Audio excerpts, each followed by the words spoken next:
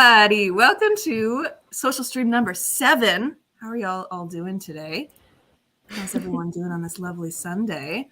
I'm Jen. If you're new to my channel, hi, welcome. And these are my lovely co-hosts. We are missing 2 today. Unfortunately, one is sick and couldn't be able to make it. That is Rachel, or RK. Her information is still in the down bar. And hopefully Laura will be able to make it and join us in a bit. She's having issues with her Wi-Fi, but yes. As for that, do my lovely co-hosts want to introduce yourselves? Whichever side wants to start first.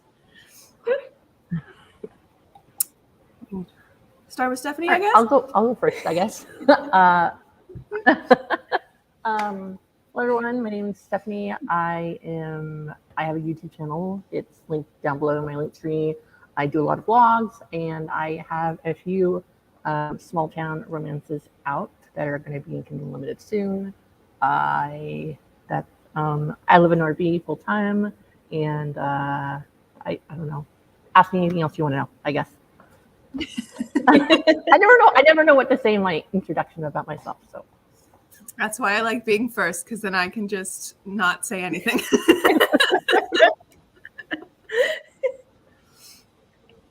We'll wrap around this way. Oh, I always forget this is mirrored.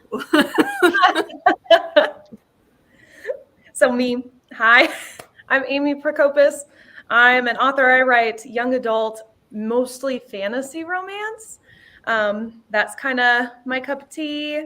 I have 2 books out. One of them is the first in a series. So I'm working through that series. It's kind of an urban fantasy. If you like Vampire Diaries, supernatural, kind of Greek mythology inspired book. So a lot of fun. And on my YouTube channel, I do weekly writing vlogs. I also do a live stream on Sundays, and I usually try to throw in something kind of fun about midweek, and that varies a lot. Sometimes it's writing related. Sometimes it's a little bit more off the wall than that, but it's a little bit about me on the internet.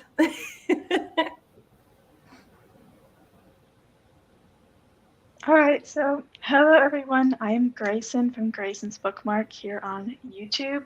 Currently, I am this close to querying my YA romance Seaside, which is represented by this lovely lighthouse. And yeah, I'm currently on this stream going to be working on Project Fae, which is my new project. It is a historical reimagining of the Renaissance. Kind of also there's Fae. That's what that book's about. And on my channel, I host live streams on Fridays at 1 p.m. Eastern Standard Time, and I do writing vlogs and other videos about my writing process. My links are below if you're interested in following me any place. Yes, I have everybody's links down in the down bar, and you guys should all go and subscribe and say hi and do those wonderful things. But yes, all right, let's say hello to some people in the stream. Hello, Natalie. Welcome to the stream. Hello, welcome, Malin. Pronunciations. I'm very sorry. Bad at names, but welcome either way. Hello, Green Ruled. Hello, Grateful Overlord. Hello, Cool Gamer, and hello, Lynn. Welcome. And yes, Amy's story sounds fantastic. You guys should go check out Guardians of the Sea. Thanks, Lynn. Her second book in that series is coming out May 30th. Yes. And I totally forgot to say that my own book, It's a Cozy Fantasy, is coming out May 11th. Hi. I don't know how to do things. But yes. Ooh. Here we go. Pronunciation. Malin. Okay. Malin. It's not my real name, so I'm not fussed. Hey, I like to get pronunciations right no matter what. But yes, all right. How are you guys doing today? Have you been, everyone in the chat as well, how have you guys been doing? Ooh, do we have a Laura? We have a Laura. Yay! Laura made it. Hello, Laura. I am at a cafe, so I'm probably going to be needed for lunch, but I made it. You made it. I'm glad you could make it. And we like the ambiance in the back. My peppermint hot chocolate is currently being made. Oh, that sounds amazing. That does sound great. It does sound delicious. My goodness. I have a smoothie and a coffee And a water, because I am a 3-drink person at all times. I am prepared. If I was at home, I'd have like a bottle of water, a hot coffee, and a cold energy drink going at the same time. But Oh my gosh. not in my energy right now, so I just have my cold drinks. I love it. I love it. Hello, Some Deep Mystery. A wild lore appears. Yes. I love it. All right, my friends. So yes, let me know today. We'll kind of chat about what we're going to be working on. I believe Grayson did mention you're going to be working on a new Renaissance Fae project, which sounds really cool. I love it. But what are the rest of you working on today? I'm going to be working on A Second Story, which is the book that's coming out on May 11th. I'm going to be doing final copy edits. So if you see me reading out loud, I do apologize, because that's how I do my final copy edits. And I sometimes act out the scenes, which is a lot, but that's what I'll be working on. I actually just finished my last book in my Love in Rockaway Beach small town romance series. I actually released my last one on the 23rd of this month, like just the other day. I forgot to mention it too. But I have a work in progress. I'd say it's like a fantasy adventure. Like there's dragons and talking animals, and kind of got the inspiration from Xena Warrior Princess, from the character Gabrielle, her best friend in the show. So I wrote it a while back and I stopped writing it. And then I read it to my son one day when we were driving across several states. And I got to the end and he said, "What happens next?" I said, "I don't know." He's like, "What do you mean?" I'm like, "I don't know. I didn't finish it." His jaw dropped to the ground. So I guess I'm going to be working on that. Oh my gosh, that's cool. Yeah, it's 20,000 words. So it's a nice chunk that I wrote. So and I just like fast drafted it. I didn't outline it or anything. I just wrote it. But now I'm going to have to today I'm going to go through what I wrote and actually write down the characters' names and so I don't mess it up like I have in the past. Halfway through the draft, you change Mark to Michael or whatever. Oh my gosh, been there. So, yeah. I still don't have a name for my main character, the girl that finds out she has magical powers. So it's still MC in the draft. So I have no idea. Haven't figured that one out yet. So I'll come to it later. It's a future me problem, figuring out the character's name. Future you will have to deal with that. I love it. Well, I'm working on the final book in my series. I should have shown it. I do have it here. So this is the first one, Guardians of the Sixth Gate.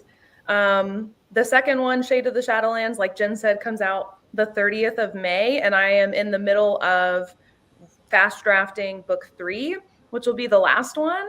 And it's been really, really fun. There's been a lot of romantic payoff. And so I am swooning over this book. I love it so much. So that's what I'm working on in this stream. And I'm working on Project Fae, like I said. More specifically, I'm working on a pottery scene. My main character is trying to make a fruit bowl, and it's proving more difficult than she expected. Also probably researching how to actually make a fruit bowl out of pottery, because there's so much I don't know, but it's a fun learning process. Yeah, you should actually go and take a pottery class. That'd be fun. I want to do one in the fall. Yeah, that'd be cool. Are you going to do the whole thing where it shatters and you put it back together with gold in between the cracks? Ooh. I should also do that. I love that. That's so cool. They do it in Japan. It's very beautiful and it's very poignant for character growth. It is. That's true. What are you going to be working on, Laura? Oh gosh, my vampire romance. I was in the middle of chapter 22, and then I'm reverse outlining it now and drafting it. So, yeah, I have now boldly outlined the first 2 chapters, so now I'm outlining chapter 3, where the meet cute will be, because in the first draft they met on page 3.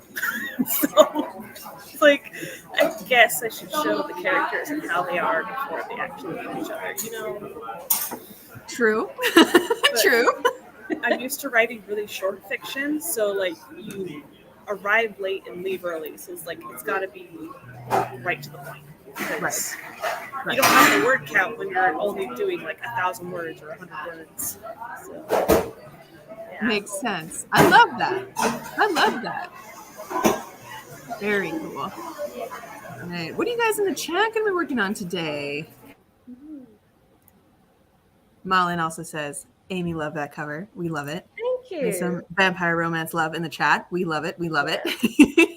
But yes, please let me know, guys, in the chat what you guys are going to be working on. But also, another fun question. What are you guys currently reading right now as we kind of get into this chatty stream?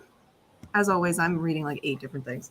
But currently, most importantly, I'm reading Her Majesty's Royal Coven by Juno Dawson, which is going to be the last read for my Trans Rights Readathon read picks. But loving it so far. Only 50 pages in. I also have several books going. Let's see what I have. I'm pulling up my Kindle. I don't know what the name of the books are, honestly. I actually just finished doing an ARC book. Is a really dark romance ARC book. It was fun, but not everyone's cup of tea, and I get that. Oh, look at that. I am reading The End of Us by Kennedy Fox. That's what I have my most recent read on my Kindle. Nice. It's part of their Love and Isolation series that they wrote during the height of the thing going on. So The panini, if you will. yeah, I don't know what you guys want to call it. So the thing, the sickness, the death, I don't know. Yes. I like the panini. That's nice. Yes. I just started reading Rebelling with the Bad Boy by Sarah Sutton, her newest romance book and her new series. What is Most Likely 2 series? That's what it is. Yes. And it's good so far. I'm super excited to get further into it. I love it. I also am reading through that one. My daughter, she's already read all of her books, but I'm like, I don't know, maybe a third of the way through. Might be overestimating. Yeah. I mainly only read at night, and then I fall asleep with my Kindle on my face. So Sounds like me. Yes. I mean, I could read during the day, but then there'd be kids that are like, Mom, and so then I just don't read during the day. Exactly. I'm right there with you, Stephanie.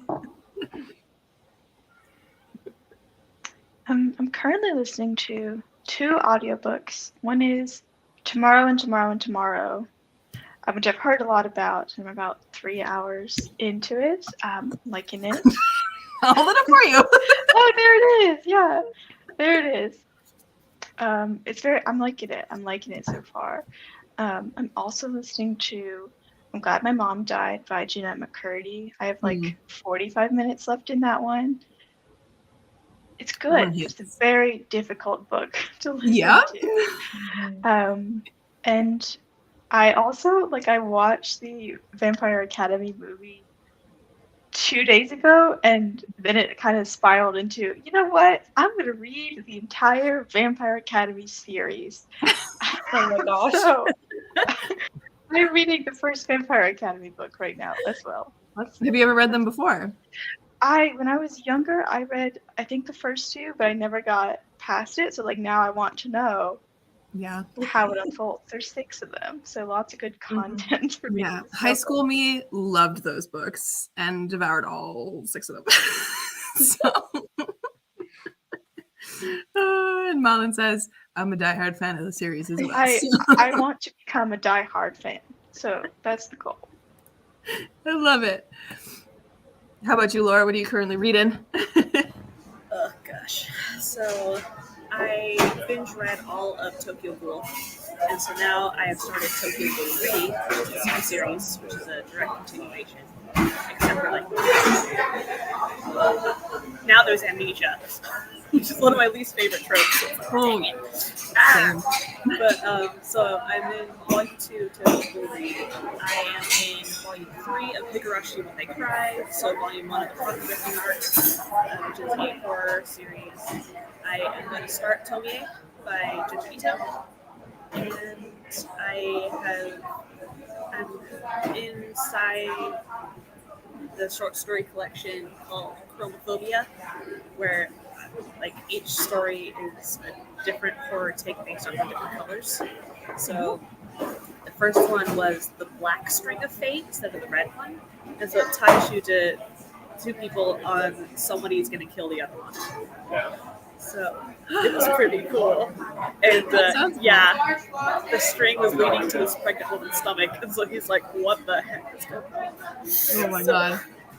Gosh, I've never read any Junji Ito, but I've heard he's got some real neat stuff out there. Yeah, that one's not Junji Ito. Oh, that no. one is just prose. But I love Junji Ito. And so Toons is coming out this year, and there's another one that just got announced with the kid that always has nails in his mouth. And then there is PTSD Radio Volume 3 comes out in May. I'm so excited. Oh, that's awesome. Lots of horror manga. Sometimes you just need to surround yourself in some horror, and that's okay.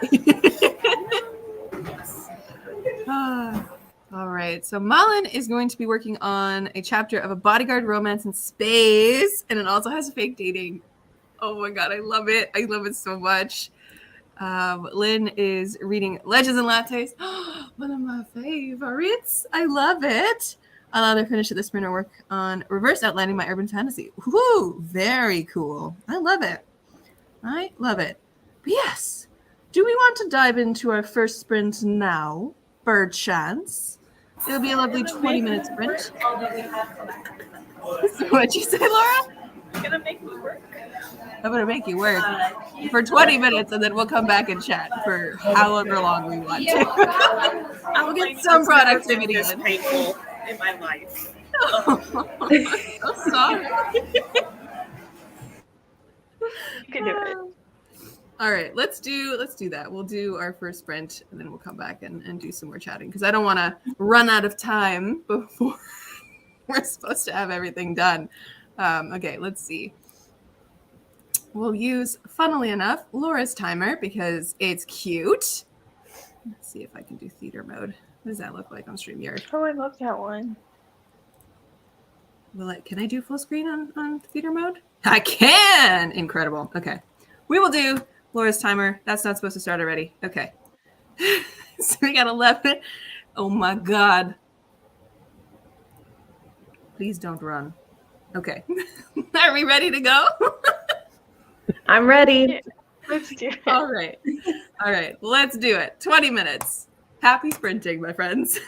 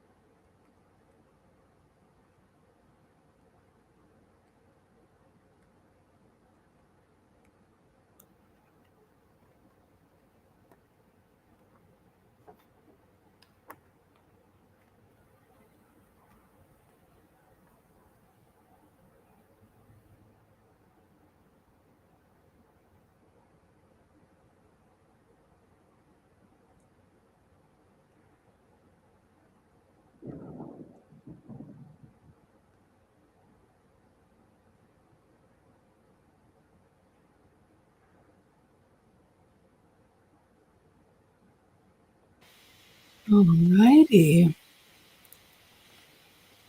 How do we feel, friends? Good. Sprint done?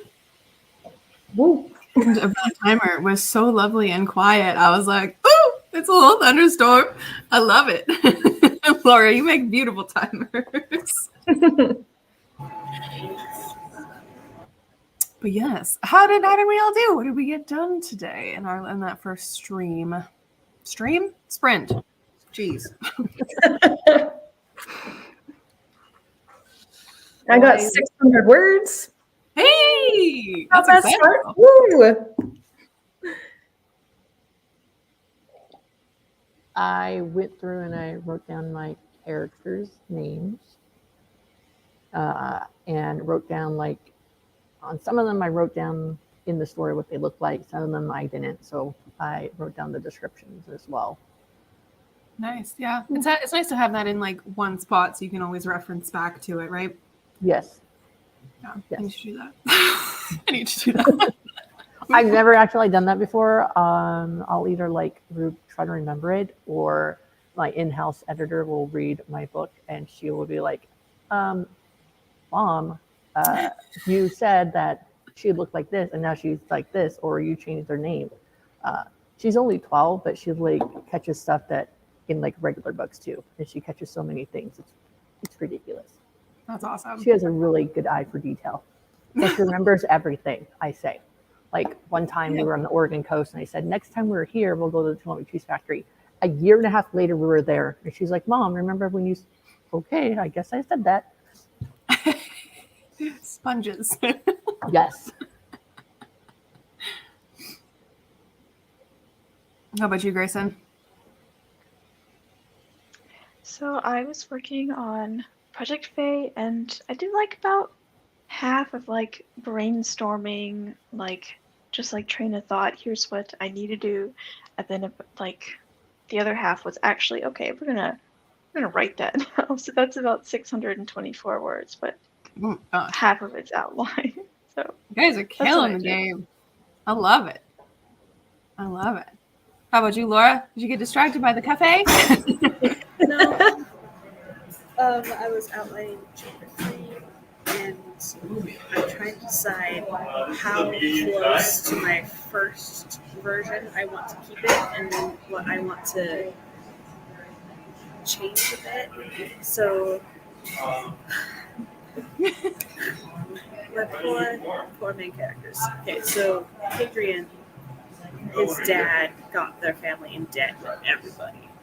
And so debt collectors come after Hadrian because his dad's MIA, hiding from the debt collectors. Yep. And so it's like, how is Hadrian going to go to this club and not be recognized for who he is when he's not shapeshifted into somebody else? But he needs to be him because he takes a concoction that transforms him into a human for a bit. And he can't shapeshift once he's human. So it's like the human shapeshifting only lasts for 3 hours. So like, do I make him make the concoction and then keep sipping it through the club, and then it'll wear off 3 hours after my whole sip, or does he get down? How is this gonna work? Oh my god. Can I just say that's really dedication for to go into a coffee shop and talk publicly? Like, Yeah. I could not. I'm in a public spot right now, but they're just me and my daughter never in. But like, I could not go into a coffee shop and like have a live stream. That's dedication. Yes, dedication. Yes. Yeah, you're huge. It was a pretty good film. Like, I was trying to come up with a DJ name for this club. Like, oh my god. So I think I'm going with Pulse. Pulse is very good. Yeah, I like that one. I think it kind of goes with the whole vampire vibe thing too. Yeah. No, I guess, so I think they're going to be like in a thrall. So like one of the people that is loyal to the vampires, but isn't a fully fledged one. And so they can be like an element type of person. So yeah. I like that. Very cool. Halfway through, I got a text from my student who is currently in Vegas, and I'm Canadian, for anyone who doesn't know. I'm Canadian and sitting in the prairies, and one of my students, and I teach piano, and her and I just like talk about Taylor Swift all the time because we both love her, and she's going to see Taylor, or she has seen Taylor. I can't remember if it was tonight or yesterday, in Vegas, and she's at Target right now, and she texted me, she goes, "Do you want the Midnight CD with Hits Different on it?" And I'm like, "Yes, please." So my day has been made. It hits different. It does hit different. It really does. I need that song. I need it. So, oh my I have God. it in my car. Yeah, I think my car still has a CD player, so luckily, so I can listen to it in the car. It'll be great. But yes, I got through a chapter of a second story, which is exciting. Love that for me. If you notice me reading out loud, it was very fun. I love it. But yes, reading out loud is very, very enjoyable. But I thought it'd be kind of fun to ask y'all what your work in progress's opening line is, if you care to share. This goes for everyone in the chat as well. Malin started making dinner and got 139 words. That's pretty good, which is more than all afternoons have been a slump today, so I'm happy. Yeah, heck yeah, we love to see it. Phoebe had a snack and read a chapter. We love it. We love it. And Greenwood says, "Is there someone punching a robot in that cafe?" Which I think is very funny. Do you know? It's the barista. It's the barista punching the coffee machine. We know this. Work. Yes. I love it. But yes, I'll share mine first. Why not? Where is my opening line? So my opening line for my cozy fantasy is one that I've shared in a bunch of different places, but it's wildflowers danced happily in the sunshine, their brilliantly colored heads ducking and swaying throughout the meadow. Aurelius Damara sat surrounded by his other party members, wondering, not for the first time, what he had gotten himself into. All right, I'll go. So it's the opening line of my fantasy adventure story. There's like magic. It's not laws in the kingdom, but so my opening line is sitting on the window seat, the young queen stared up at the full moon in the dark sky, refusing to accept her fate. That is my opening line. That's very good. I like that.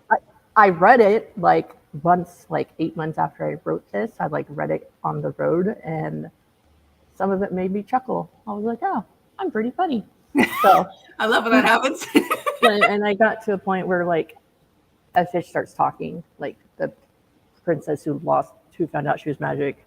The fish started talking to her because that's one of her abilities, and I was like, "Oh, I totally forgot to put that in there." It made me laugh out loud because the fish started talking to her when she was trying to cook it or something. I don't know.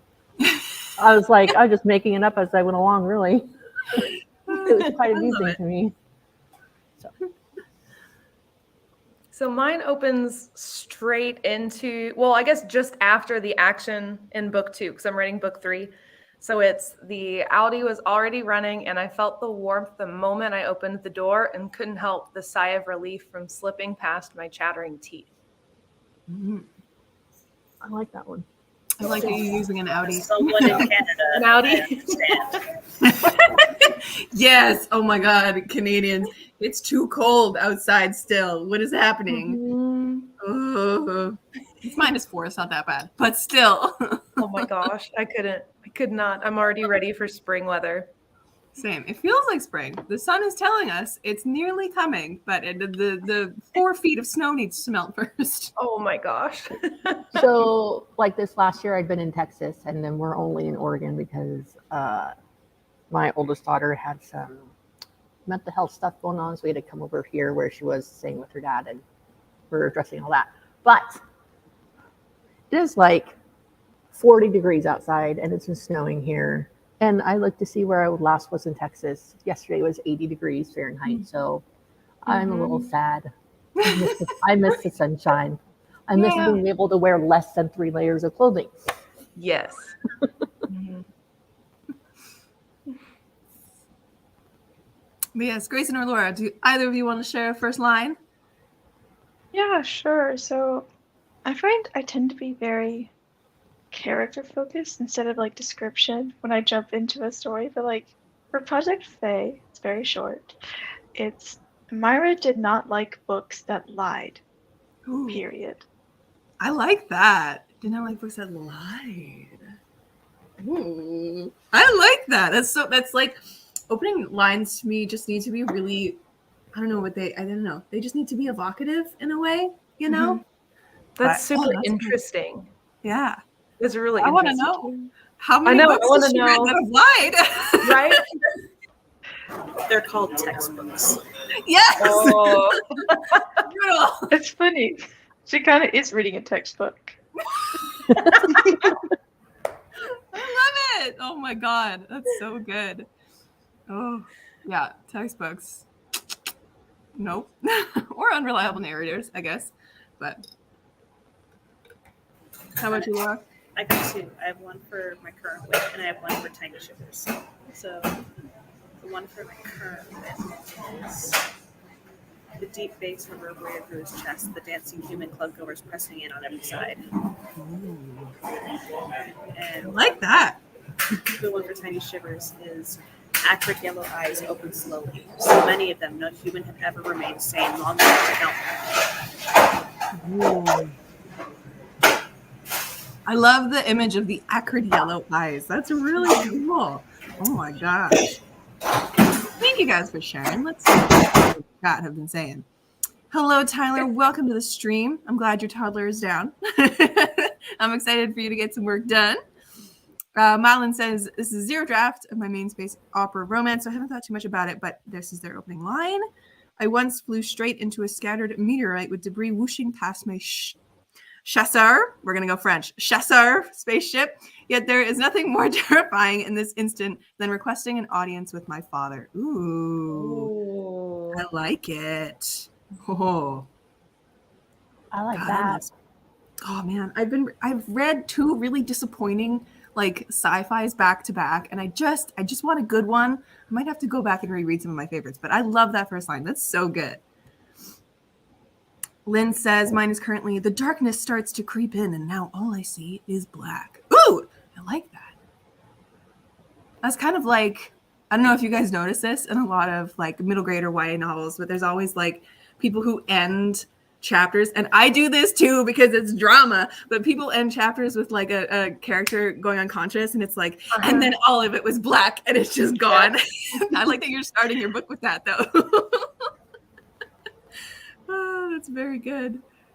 And Some Deep Mystery says, mine is sex isn't everything. Agreed. Attention. I like that. 3 words, very simple. Sex isn't everything. But yeah, I thought it'd be kind of interesting if we chatted about opening lines for a bit. What do you guys really like to see in your opening lines?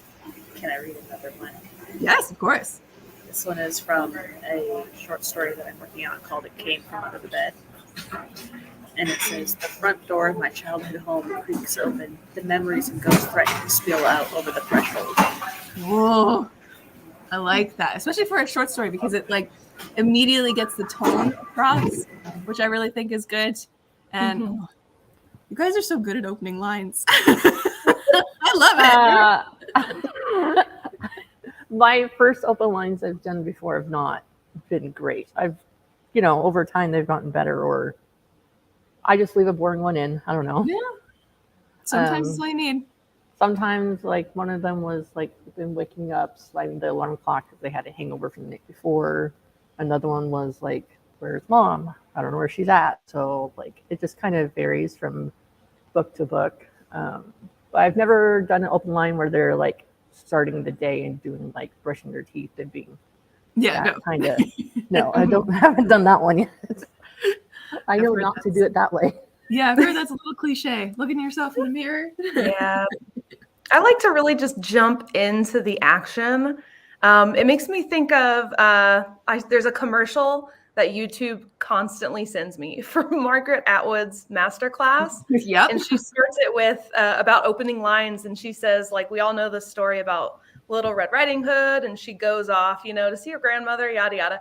But what if you started with this and the line was something along the lines of, it was dark inside the wolf. Yeah, And I that's like just that. like punch, Yep. like amazing.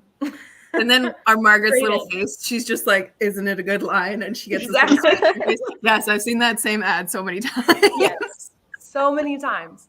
So Oh many my times. God. But it's so Yeah. good. Opening lines are my favorite. I think one of the books that I read, I think a couple years ago. This is why I like having my bookshelf behind me. It's The Wolf and the Woodsman by Ava Reed. And the opening line made me so excited to read opening lines or read the book. And it's the trees have to be tied down by sunset. But literally nothing comes of that opening line. And I'm so mad about it. So That's so rude. it's rude, but it's a good opening line. The first line is a promise of a preface. You got to come through with why are you tying these trees down? Malin says, to me, a good opening line is about grabbing the attention part, but I really disagree with the whole you need one super strong first line. Like no one stops reading after the first line. Yes, I totally agree. Even if you're like opening a book in a bookstore, you're going to read like the first chunk of it or something, right? Or I usually read the first page to get the vibe of it. But usually like if it's a killer first line, it slaps. But also, how many first lines do we all actually remember when we get to the end of a book, right? Pride and Prejudice. Listen, I've read Pride and Prejudice so many times, and you know what? It is a truth universally acknowledged that is a fantastic first line. But yeah, but it it's iconic, so you gotta remember it. More school with all you need a strong first page. Yeah. What do you guys think goes into a good opening to a story? I guess we'll open it to that. I think actually, like, and this is something that like my beta readers called out when I was working on Seaside in like the most recent draft, is that, hey, you actually need like voice in this chapter. Like, you're giving me all the action, and that was because I wanted to like get into the scene as soon as possible and like bring the reader up to speed. This is what's going on. But also in doing that, I cut away the voice, and that was like really harming my manuscript. So like it's got to have voice, or else like you're gonna lose people. So like I fixed it, and it's a lot better now. That's good. Yeah, I totally agree. It needs I don't know, like the books that really stick with me are the ones that immediately grab me because the character is so just like bright and brilliant. Yes, they jump off the page. And getting that in the first chapter or the first page is so difficult to do, but it's so fun too to try see if you can just like boil it right down to just who is your character in this moment and how that can draw them in. So yeah, I really like that. We need to bring the voice back. So I have a problem. I have a very strong author voice in the way that I write my prose, and I don't have a character voice. So, like,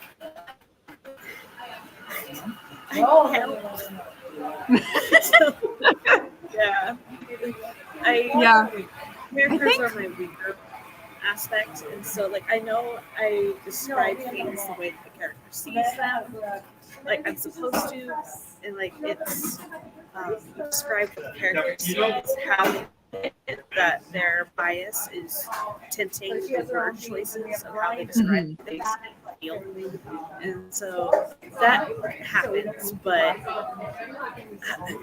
who is the character? I guess if you, because you write more horror, right, Laura? A lot of these things that you're writing right now are horror. So because of that, I think a book that really did it well for me. This is fun. This is just like scavenger hunt on Jen's bookshelves. But like the opening for The Helm of Midnight by Marina Lusstetter, I didn't really get a feeling of the characters right away, but what you get immediately is the atmosphere and the tone, and you're immediately unsettled. So I think it depends on what genre you're working with and how much atmosphere you want to do. Because if you don't necessarily write in first person or something and you want to give us just kind of the tone of the story right away, unsettle your characters because it is horror, do atmosphere instead.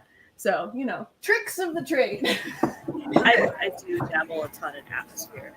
Yes. One of my favorites. I love that. Atmosphere is my favorite. Malin says, I also realized that when I grab books on my shelves for examples of good first lines, there's maybe 30% max that hit the mark, yet I've loved all those books. Yeah, I totally agree. When there's a good one, it really, really hits, but not all of them are fantastic. I mean, usually like the openings of books are good unless otherwise we'll just put them down. But yeah, I agree. First lines are something hard to do. Recently, we went to a local like used bookstore, Half Price Books in Washington, and they were having like a blind box sale, like a box of books, and it was all sealed up, and it was like $15 for this whole box of paperbacks, like sci-fi, fantasy, or middle grade series, or picture books or whatnot, and so or mysteries or series or standalones. So I was like, husband, what one should I get? So he's like, how about sci-fi fantasy? Okay, so these books were like published in like the 70s and 80s and early 90s sci-fi fantasy, but more like space opera sci-fi and like islands with like dinosaurs that talk, and like there's like Close Encounters of the Third Kind, like 2 other books that are like classic sci-fi books, but all the other ones neither one of us have heard of. And so what my husband did, he read the first page of like 20 books to see if they caught his attention. My daughter and I were like, you have to give it at least the first chapter before you toss it aside. He's like, nope, first page, that's all I'm giving it. I'm like, I can't talk to you anymore. No. I mean, it makes sense. Like there's always those challenges that go around, or not really challenges, but those videos that go around YouTube every once in a while of like trying the first chapter of a bunch of books to decide my next read. And honestly, I think on TikTok, there's another creator, I can't remember their name, but they said that page 99, if you want to see if a book is for you, read page 99, just that one, because it's at a point where the book might not necessarily be like super polished, like the first beginning 3 chapters usually are, and you'll get the tone, you'll get the point of the book, no matter what book it is. And I'm like, that seems like a lie, but I tried it on all my books that I've read, and I'm like, oh my God, that makes sense. It's just like a one snap shot of what the story is. You get the writing style, you get kind of the characters' feelings and stuff like that. So I think he might be onto something. First page, you do get enough of the story to see if it's worth reading more. Interesting. Yeah. Now I gotta read page 99. I know. Right? Yeah, I'm like, I have a lot of go books. back and read page 99 and see if it works. It was such a weird like one-off thing that I did. And the creator was like, yeah, I do this in libraries if I want, and see if I want to pick up the book or not. Like if the premise interests me, then I go and read page 99. And then if that interests me, I'll take it with me. And I'm like, that's a brilliant way to look at books, but okay. Page 99, very specifically. But yes, Lynn says, I agree. I'd like a good opening paragraph. It is good enough to hook someone. Don't put the pressure on just the first line. Yeah, agreed. You just kind of have to open your book with not necessarily like a killer first line, because I know that'll like bog down so many people, and does bog down a lot of people to think of like a perfect first line. But just like the general vibe of the first paragraph or a few paragraphs need to be nice and hooking, if you will. Let's see. Malin says, to me, it needs to tell you a bit about the genre and type of story. Whoop!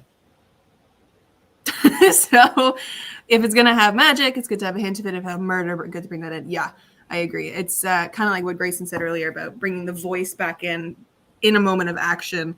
There's such a fine line of like opening paragraphs or opening chapters even that work so well, because you're dropped into a moment of action. You get immediate sense of the world and the magic and the character, and you're like, how do I balance all of this? How do I do it? It's so tricky. Green Ruled says a writer said when he was finishing the draft, he would delete the first whole page, thus starting the book with what was originally the second page. Yeah, I've heard a lot of people go into books and tell the story and then go back to the beginning and find like halfway through the beginning of their story and then start it there, because that's when the action is actually starting and like it's more interesting. Which is very, there's so many different ways to write a book, and I love it. I love it. This is why I like talking to people of like-minded, like all of you guys. I remember my first book that I published a few years ago. I had this scene, and I was going to start it with that scene, but then I eventually moved that first scene to like chapter 3, and so chapter 1, after I edited and revised and all that, I wrote a whole new chapter 1. So, and that ever since then, anytime I've started writing it, I go in knowing that my chapter 1 is not going to be my chapter 1 when it's done. Like, it's because I need more backstory. I need to show more of like the character's typical daily life or whatnot before they meet someone or before action happens or whatnot. So, yeah, ever since that first one, I'm like, I go and I say, okay, I just know that it's not going to stay the same. Yeah, I think for my middle grade that I wrote, I think originally I had 4 chapters before like the inciting incident kind of a thing. I set it up a little bit like Percy Jackson does, right? With like something happens, but then like he finds out what actually happens a little later. And then my friends came back and they're like, no, you need to start here. And I'm like, but I don't want to start there. I don't want to start immediately at the action. But with middle grade, you have to, right? So it depends on the book subject and everything. But yeah, God, openings are so interesting. The ones on stream who have books published, what's your page 99 like? Ooh. Well, A good question. what's page 99? I don't have my book published yet, but my Word document will tell me what page 99 is. 58.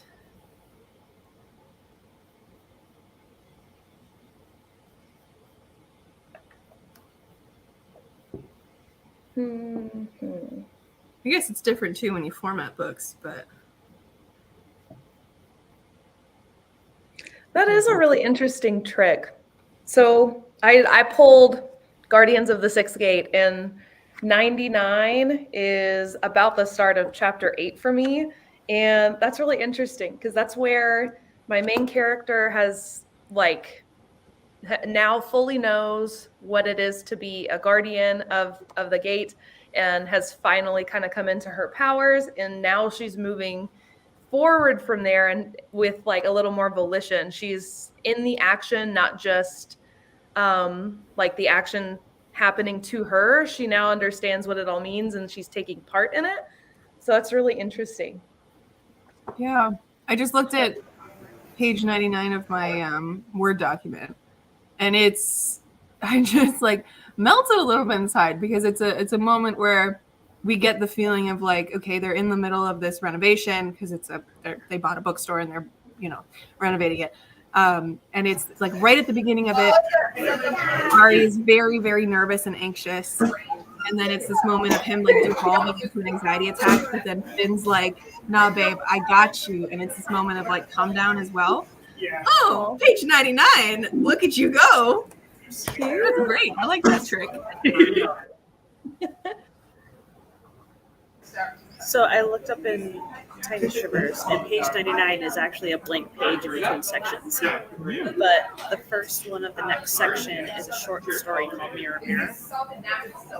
Yeah. So I guess I'll read that.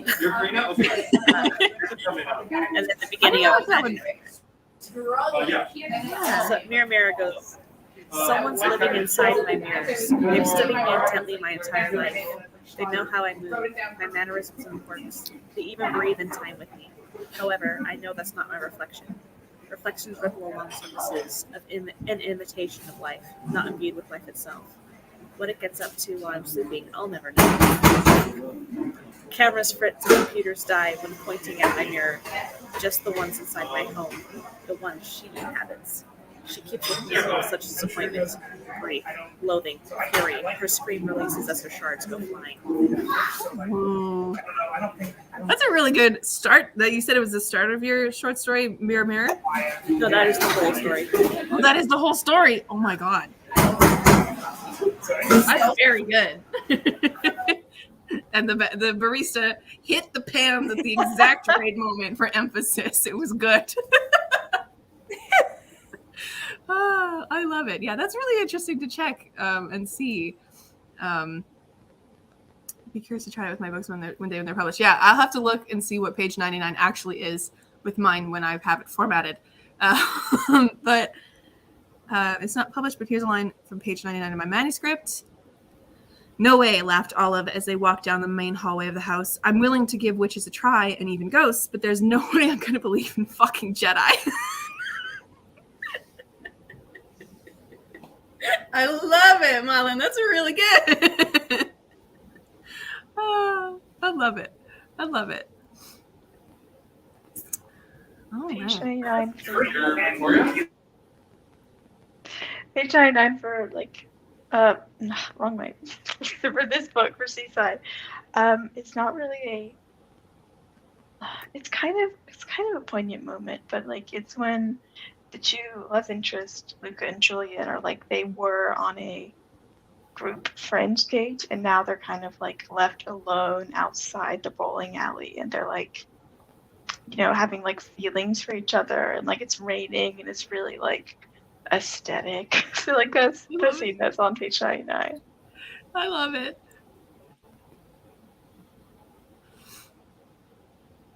Are you still hunting for yours, Stephanie? Yes. You looking? Yes, I am. I'm looking. Hold on. Let's see here.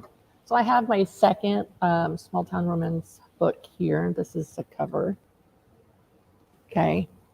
So page 99. All right. It's the guy's trying to like do something romantic for Valentine's Day, and he's like, or the girl says, I think perhaps the chocolate got melted from the heat of the dryer. My love, I said, and slowly replaced the lid to the red velvet box of goo. He stored the box of chocolate above the dryer for like 3 days, and so it's just a chocolatey mess. It's kind of like a funny scene in between the characters. And then he goes, well, this is turning out to be an excellent day together, he said. It's fine. Besides, there's the other bag I haven't opened yet. I peered into the other bag, which is definitely bigger than the one which held the melted chocolates, and frowned. I'm sure this can be saved. I frowned and pulled out a plant that had fallen out of the pot. My stories tend to have a lot of funny like interactions like that. That was just this is what I planned, and this is how horrible it went first Valentine's Day for the couple together. So Yeah. like one of my other books, the characters meet because like she literally trips over the curb on her way to work and like smashes into the ground and falls into him. Oh my God. So she's really clumsy and she was in a rush because she was late opening the store and blah blah blah. So Wouldn't be cute. yes, yeah, yeah. So that's the only copy of the book of any of my books that I have still is that one. But yeah, I tend to be more funny, comical interactions with the characters. Yeah. And this is the only book that I wrote that. So I wrote this. I tried doing a dual point of view, like male and female point of view, and then I did it one other time, and then I'm not doing it again because I've been told it's hard to tell whose chapter is whose. Like my voice isn't that different enough, so now I just do it from one person's point of view. It's hard to differentiate, especially when you're one person writing the story. But yeah, Laura wants me to read this out because she's currently in the coffee shop and didn't want to read it out loud in a coffee shop. But it is the first paragraph of her vampire romance. But okay. This was the first draft, so this is now going to be in chapter 3. But yeah. Okay. Okay.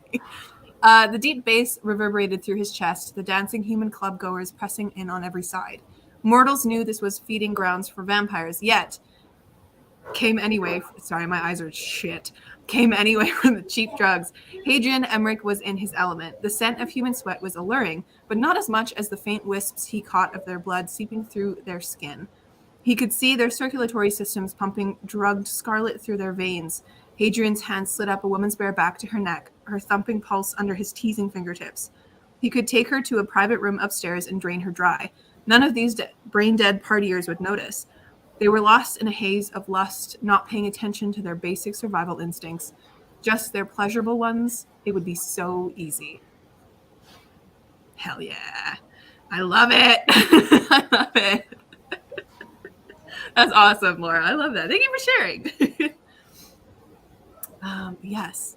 I love that everyone's just going to now go and look at all page 99. I think it's like what page 99 gets across is like the general tone of the story, or like kind of like it's such a short page, right? Page 99 is just one page of a giant story, but it does weirdly get a lot of the point across. Yes. Marlon also says, I'm trying a dual point POV now, male, female, and it's hard to get different voices. Yeah. Yeah. I have a book that I've been working on forever called Project Dragon, and it has how many points of view? 6? 7? I don't know how people do that, because that's hard. You have to like really get it right. Totally different points of view. So Yep. That's epic fantasy for you. It'll do that. It's easier to do with having your characters in very different places, I guess, because then it's like, okay, here's a story here, here's a story over here. But yeah, it's tricky. One of my characters is actually a little girl in that story, and she's a little seer, and people just kind of assume that she knows people's names because she can see everything. So like no one ever tells her their name. So she just gives them names. She's just like, that's the bear. That's the lady. She's just like, no one tells me their names. So it's fine. 6 POV. Yeah, I don't know why I'm doing it to myself. Don't ask. So I pulled up another book. Okay, so before I wrote my small town romance series, I wrote a trilogy. Well, it was 4, but I've now unpublished the 4th one because it was horrible, like horribly edited. Okay, but it was. Have you ever heard of the author V.C. Andrews and of the book Flowers in the Attic? Yep. So I read that when I was a teenager. When I did not have an excellent childhood. I went to foster care. My dad assaulted me, went to jail, and a bunch of stuff happened because of that. I didn't see my mom for 9 years because she died, but she's not dead. She's very much alive. My dad just told me that. So when I was like 16, I was like, you know what? V.C. Andrews wrote this horrible, horrible story about this family. I could probably write something about my own childhood and like when I was 16, I knew what the title of the book was going to be, and it's Tears of Yesterday. And so I wrote it a few times and then put it away. I wrote it a few times. And then like in January of 2020, my husband's like, instead of finding another job, why don't you work on that book you've always wanted to write? So at first I was going to write it as a memoir, but then I was like, I was really too stressed about getting everything exactly right, because this happened when I was 9. So then I just decided to take the premise, like the major events of what happened, and just fictionalize everyone's names and places and stuff like that. So it is inspired by true events. So here is page 99, which opens chapter 8. And it says, sitting under the metal stairs, listening to the raindrops hit the steps, wondering how long I would have to sit outside this time. It'd been a long couple of days. No, wait, a long couple of weeks. This summer was turning out to be a summer of hell. I decided to try and get comfortable, or as comfortable as I could get, while I figured out what to do next. There was no way I was going back inside, at least not tonight. There was no way to know when Dad was going to pass out, and if what he just did to me was any indication, I don't think he's going to come down anytime soon. I sat down under the stairs, looking out across the parking lot, wondering what made him mean all of a sudden. And that's page 99. So I prefaced me telling you what the story was about for context. So, and that whole chapter is like a flashback over the summer of what happened. So, Yeah, I think so page 99 actually really does, like, after you gave us all the context, it does kind of give the tone of the story, like the unease of being a kid in that situation, right? yeah. And when I first started writing the book, I was writing in third person, and then it was really hard for me to write in third person. So now I write in first person for all my books. Yes. But yeah, that was my first book that I wrote. And so after I wrote the 3 books, I was like, I need something happier to write about. I need something less dark. And so my daughter is like, why don't you write a story about how you and dad met, my husband, her stepdad. And I was like, no, I'm not going to write about that, but it does give me an idea because me and her dad met on a blind date. So my characters in the first book met on a blind date. And that's basically the only thing that's the same. I like it. I guess on that note, maybe we should do a little bit more sprinting. I was just looking at the time, and it's already an hour and a half into the stream. So if we do another 20 minutes, we have another 10 minutes to kind of chat. Does that sound all right with you guys? Yeah, that went by fast. I got my Let's tea. go fast. You got a tea. I love it, Laura. The ginger lemon rooibos tea. Very nice. Was your hot chocolate delicious? Yes. Good. Good. I don't understand the pounding. What purpose? I don't know. Just noise. Seriously. All righty. Well, let's throw this lovely screen up. All right, my friends. Happy sprinting. I will see you in 20 minutes.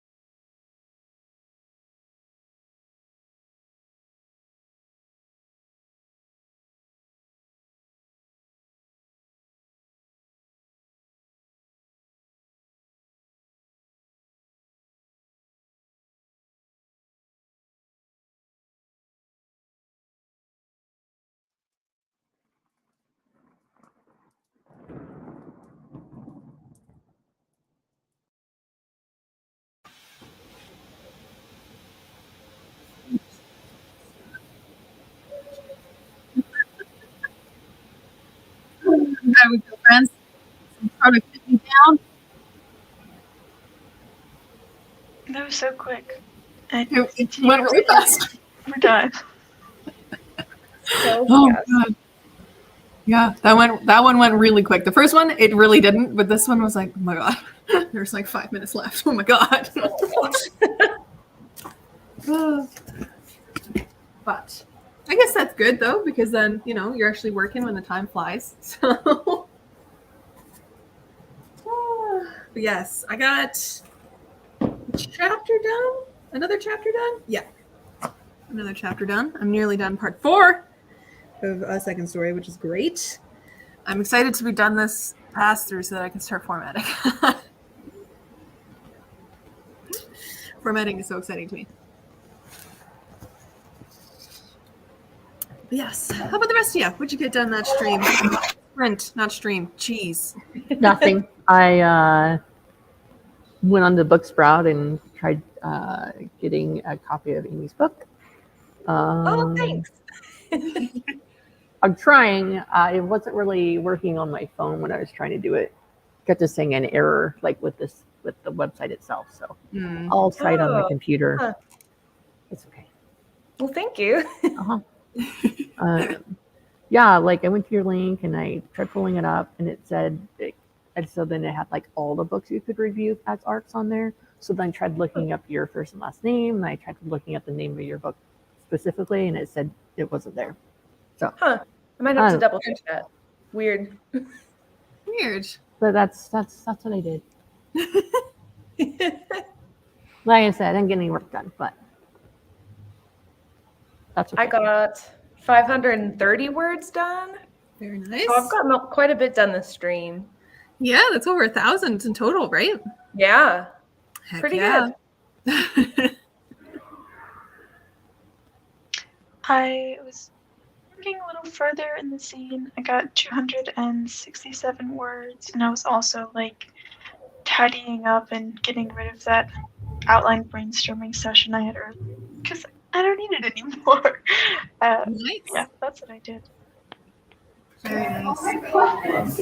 I outlined chapter 3, realized my main character needs an alter ego. Yeah, so I had to try and come up with how he's incognito in a way that will stay incognito when he transforms into a human. So, yeah, so we're getting a haircut and we're dyeing it blue. I love it. Yeah. I love it. He has like waist-length black hair, so it's gonna be different. But yeah. And then so he's gonna be a blue-haired human now for their first interaction. It's like, oh, interesting. But yeah. Oh, I love it. I love it. That's really cool. I love the beginning stages of a story when you're planning everything out. Fun. Like, I've already written the first 22 chapters, so this is trying to fix it. Yeah. You're just making it more interesting. Yeah.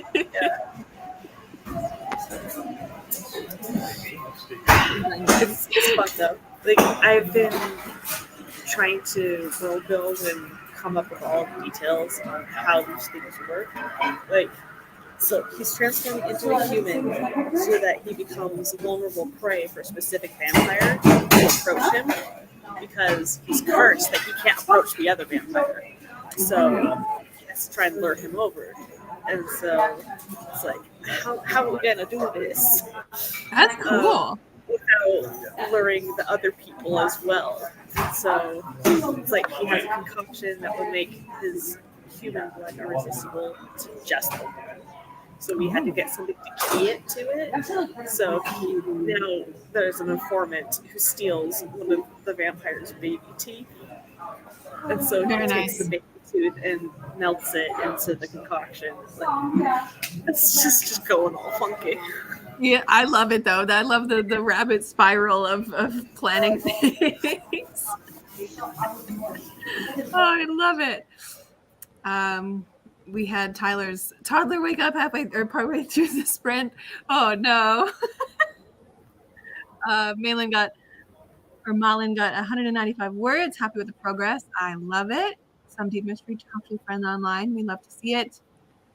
And Anna Robbins says they're up to 1,200 words for the day. Reading fast. Heck yeah, that's great progress. And Green Ruled says, I feel so bad for that robot. Yes. It's not even a robot, it's the counter. She hates the interior decor. Oh my gosh, the countertop. Sheesh. Oh man. But yes, I think for our last little question here that we can discuss as we kind of wrap up our stream, we don't have to wrap it up quite as neatly as we can, but Grayson actually posed this question to us earlier before we started the stream. But if you didn't write what you do now, what would you write instead? So like if everything changed, what would you go at? You can change genre, age range, whatever you like. Murder mysteries, as I like reading them, and I like crime shows. Ooh. But I would right now, I think I kind of suck at the whole leading the rabbit trail and clues and all that. So I like watching them and reading them. I don't think I could write one. I wish my brain worked that way, because I think that would be my answer too. Or sci-fi in some way, because I write fantasy. I am a fantasy bitch, as you can tell by the books on the shelves. I think it would be probably murder mystery, but my brain doesn't work that way. And everyone's like, oh, you just have to plan it backwards. And I'm like, I don't know how to do that. I have hard enough time with a regular plot. I don't need to mysterize it,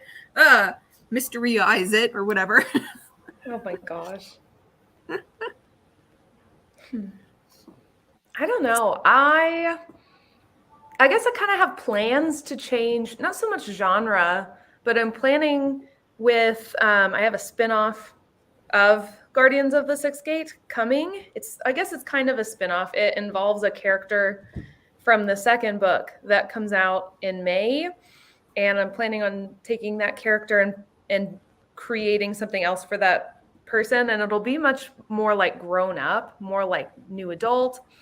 And it's very romance heavy, which is something I haven't done a ton of. There's always romance in my books, but not as much as I think this one will be. So that'll be new for me.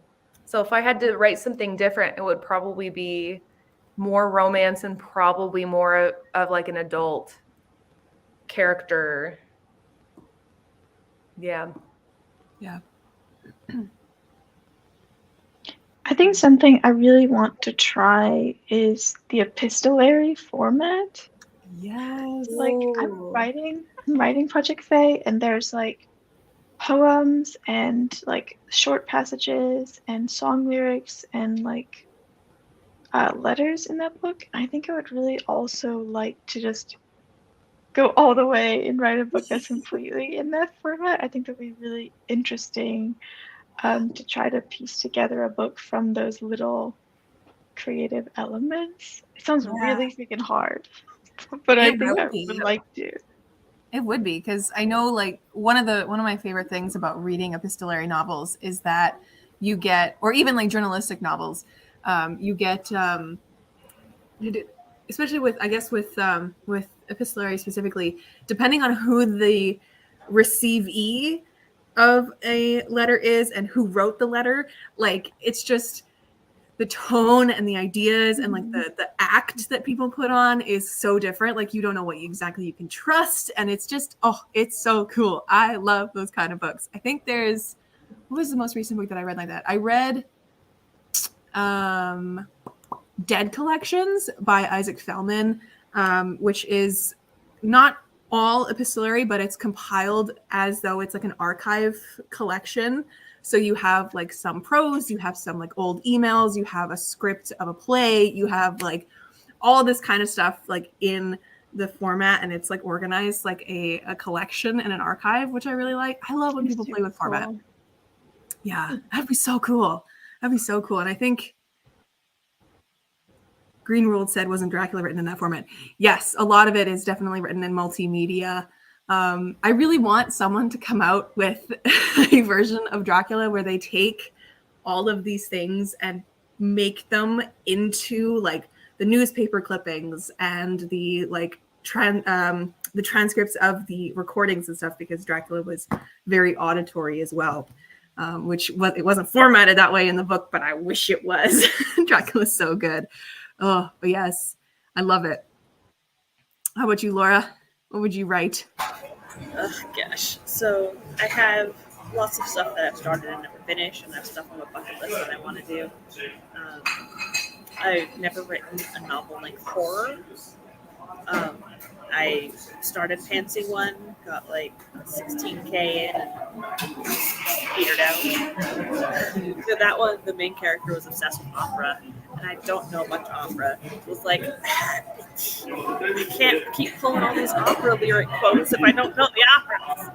But I have a adult sci-fi duology that I got 22K in, had an epiphany, and had to start redrafting because I had a great twist.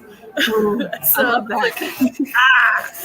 So it's like I feel like I need to get better at before I tackle this sci-fi again with the characters and the religions and the secret organizations, and trying to get the characterizations to work with the three POVs. There's going to be two POVs in the first book, and then you get the third one in the second one with the Oracle Priestess at like the start date. So I love it. yeah, I got that. I want to do a Christmas horror screenplay, and that one will be off of a serial killer inspired by Krampus. And Ooh, I love that. then there is a short story I want to write in the form of a research paper on how to create a Necronomicon. I love it. Oh my god, you fit so many projects. Oh my god. And sci-fi is one of those ones that I think even Malin up here said, like, I used to think sci-fi because it was intimidating as a genre. I can't even, like, world building is my favorite thing. That's why I write fantasy. But like the world building in sci-fi, unreal. Because like technology is a thing that you got to bring in. I don't know how technology works.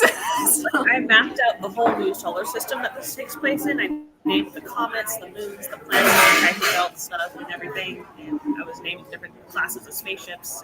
And I had organizations, and I was creating the sigils that you get tattooed on your hands when you come of age. So I was doing all of that research on how to create sigils. And so I came up with sigils, and I drew them out. But oh my God. And you gotta know space physics, which is like the most hard part. You gotta have like an astrophysics buddy just like in your pocket. Be like, hi, can you teach me this? Oh my God. What does Daya say here? So Daya says, if I wasn't writing my current novel, I'd get back to my main project working on that one because it is more marketable as a debut. Oh, interesting. For the debate, what are your reasons for writing your current piece you wish to be working on? Well, I myself was inspired by Legends and Lattes last year when I read it, and it immediately unlocked something in my brain and was like, hi, do you want to write cozy fantasy? And I'm like, I really would like to write cozy fantasy. Yes, please. So that's where I am. I also have notes for cozy therapy. I love it. Laura, you got so much going on. What about the rest of you guys? What are your reasons for what you're currently writing? Well, I wrote the Small Town Romance series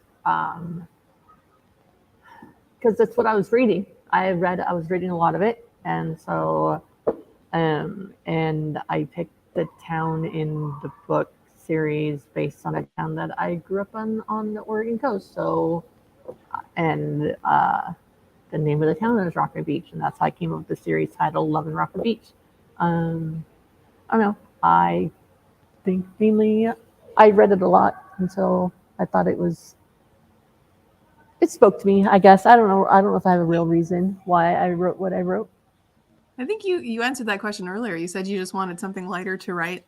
Yeah, I mean, I could have picked anything lighter to write, but yeah, it was definitely lighter. I love that. It's I just wish that at some point in the future I can write something that is not going to be an unplanned series. Inspiration works in mysterious ways. How about you, Amy? I've started writing Guardians of the Sixth Gate, I think because I'm such a huge Supernatural fan. But what I was missing and like craving so much more of from that show was the romance plot lines. There were like characters that would come in and everyone online would like ship them, and nothing really ever came of like these romantic opportunities. And I loved the demon hunting idea. I just love fantasy. Especially like urban fantasy. I think it's so fun to like think up ways about how it could potentially be in our world. And that's kind of how Guardians of the Sixth Gate came out. In the spinoff, I am dying to write that spinoff. It's been creeping in my brain a lot since I'm coming to a close with this series because it's the next thing I'll jump on. But that I decided to write because that one is the only book I think I've ever come up with an idea for that was strictly writing to market. It's the book boyfriend trope in it, and that character that I'm using, I don't want to spoil too much who it is yet, but that character that I'll be using is kind of a trendy type of character right now.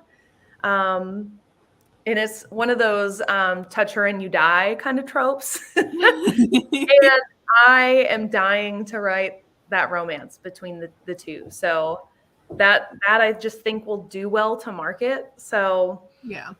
I'm dying to go ahead and get that out there before, the market changes so fast. Before things change again. That's true. Mullen just said, okay, but Amy, that description of why you wanted to write your book just made you want to read it immediately. So yes, go read it.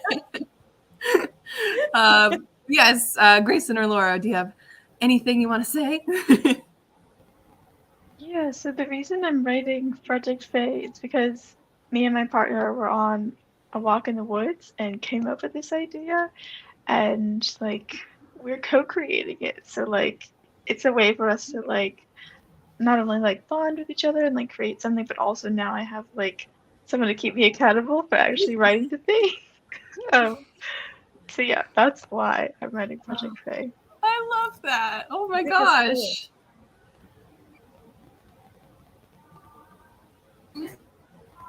I think it's cool. gosh. The door's open, so now you might be able to get street music. Oh no. Yeah. Currently, I'm working on this one because I am percolating on my middle grade horror that I just got beta reader feedback for, and so I'm trying to figure out how I can rewrite it as a chapter book instead of a middle grade. So my brain is working on it in the subconscious. So once this is under wraps for this draft, I'll get back to that and then start querying that one again. But yeah. I like that. I like that. These are all good answers, guys. I love it. I love it. Let's see here. Jen, I read a lot from a book called Putting the Science in Fiction. It helps so much. Putting the Science in Fiction. Okay, I'm going to write that down. I'm going to write it down. This is why I have sticky notes everywhere. Because I would love to be able to write science fiction. I only recently got into it as a reader in like 2021 in the pandemic, but it fascinates me so much because as a world builder, I love it. Malin said, I spent a month doing world building before starting to write, created political systems, 2 religions, 4 psychological illnesses linked to the world, etc., etc. Yeah. Honestly, wormhole. World building is a wormhole. Mm-hmm. It just sucks you in. And I love it so much. Oh my God. But yes, it was so much fun. It really is. But there is a line. You could just kind of be like, I have gone too far. I love it. I love it. So true, maybe not much romance and supernatural, probably, but because they never kept the female characters around for very long. Oh, they didn't. It drove me nuts. I wanted to see them so much more of them, and they'd leave. Oh my God. I love that you've made your main character a badass woman. It just fills the void. Yeah, exactly. That's what I wanted. I wanted more of the female character in that. So definitely writing the things that I'd like to read for sure. Yes. Oh my goodness. You know what? That's what you got to do, right? You got to write for yourself. Goodness me. Look at this. Look at all this Amy love in the chat. I have downloaded the my Kindle gosh, you ebook guys are sample for so Amy's sweet. book. Just downloaded your book on Kindle. Amy, you're the best. You guys are all the best. So nice. Oh, I love it so much. Yes, I think that'll kind of bring us to the end of this lovely stream, unless there's anything else you guys want to talk about. I feel like we're all kind of fading anyways. It's been 2 hours. It's been a lot of progress on my side, so my brain's a little mushy now. A little mushy. Yes. Need a snack. I do. I am going to go off to my parents after this for dinner, so I'm going to have a nice break from screens for a bit, but I will be back at some point because I know, Amy, you have your stream tonight that I want to hang out on. I do 8:20 our time, 8:20 Central on my channel. Yes. I don't know what more events are happening with the Storytellers Hearth. There's a whole bunch of them, obviously. But yes, thank you guys so much for hanging out with me. If we want to go around one more time and promote ourselves, we totally can. We'll start with Laura this time, since Laura didn't get to talk at the beginning. Hi, I'm Laura Nettles. Same name as my channel.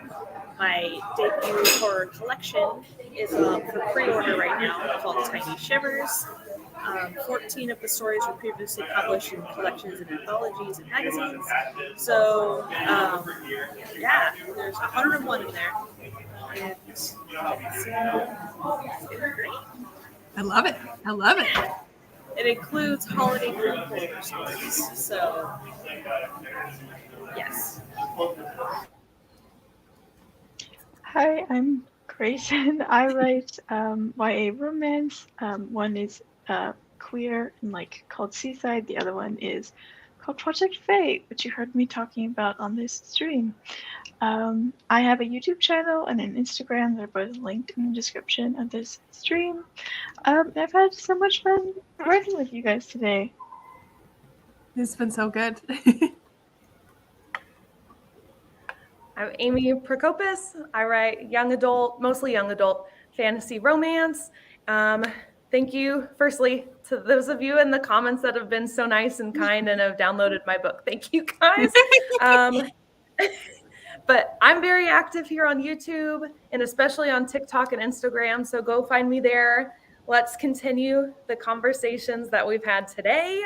That'd be really fun. So reach out to me in those places. And thank you for having me on the stream. This is so fun to connect with other writers, get all the things done, and talk about just books in general. I love it. Hi, I'm Stephanie Whitson. I have a YouTube channel on here as well. Trying to get more active on it again. I'm really active on Instagram, and I'm always available to chat with about anything because I don't sleep these days. I'm kidding. I just have insomnia. It's fine. Same. It's good. I had a really fun time getting to know all of you on screen that I haven't had a chance to talk to yet before. And I think that is it for me. Thanks. Yes, this has been so lovely. Quick little drop here. Marlon says go check out Laura's amazing cover reveal of Tiny Shivers. It's so beautiful, so definitely go do that. And as a reminder, everyone's links are all in the description, as well as one of our co-hosts that wasn't able to make it today, Rachel, because she was sick, unfortunately. So get better, Rachel. And I'm Jen. I write under the author J.A. Colligdon because that is my name. And I have my first cozy fantasy debut being released on May 11th. It's called A Second Story. I write fantasy all the time. But yes, that's who I am. I also am active on the book internet and the writing internet. Mainly book internet, but the writing is still there. And as you can tell from the innumerable amount of books behind me, but it works. But yes, thank you guys so much for coming to the stream. I'm so glad that you guys got lots done. And I'm glad that you guys had a good time. But yes, make sure to send some love to all the lovely co-hosts who joined me today. Thank you guys so much for joining me on this lovely stream.